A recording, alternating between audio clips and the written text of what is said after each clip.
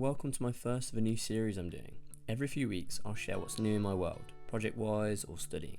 I look at influences, new technology and what's to come. The last few weeks I've been taken outside, got to touch that grass, and most recently I went to the small village of Chadsley Corbett. I'd recently seen a coffee shop and I wanted to visit it, to be honest, and set off on my bike. I'm going on an adventure!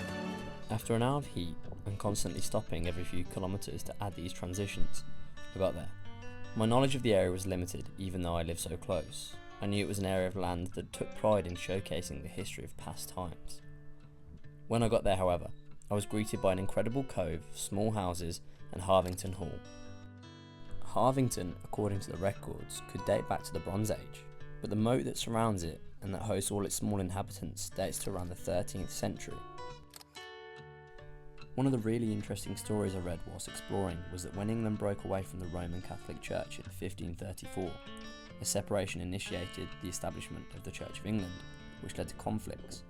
Catholic practices were outlawed, and those who remained faithful faced severe punishment. Some wealthy Catholics had established ways to save these priests with small hiding spaces littered across manors and castles, called literal presides. If you head to Harvington Hall, you'll be able to see all 7 halls that were built during that time. It was a lot to take in considering I just wanted my coffee, but well worth a revisit. Jokes aside, although rather small, the local village feels authentic to the time while showcasing old Tudor houses and architecture. Now, I use Nikon. You suck! And I'm definitely not some master at photography just yet. You are on this council, but we do not grant you the rank of master. What? I know this as when testing out a Nikon camera recently, I was trying to change my aperture. The usual process I'd known was holding down the aperture button at the top and then pushing the dial which way you wanted to go. This camera didn't do that, and after a long 20-minute search I still couldn't find out why. What was I missing? Oh yes, my hand was resting on an additional right by the trigger button. Amateur.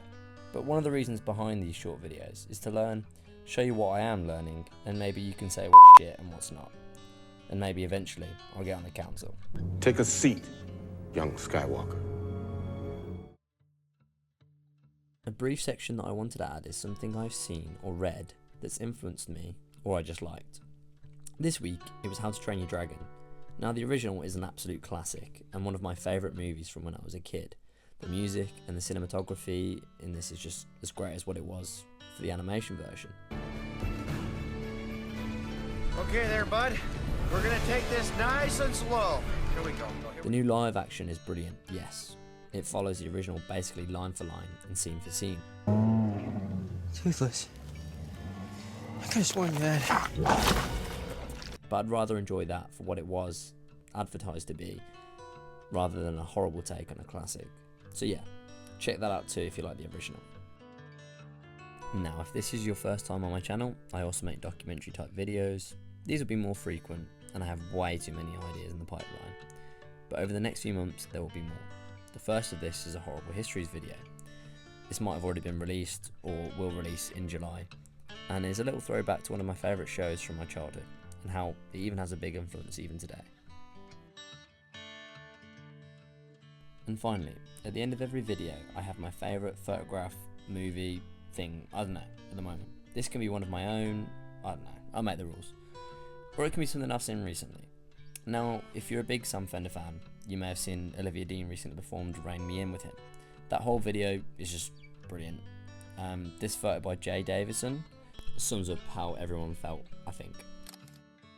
But anyway, if you like this, let me know what you think. Until the next one, see ya.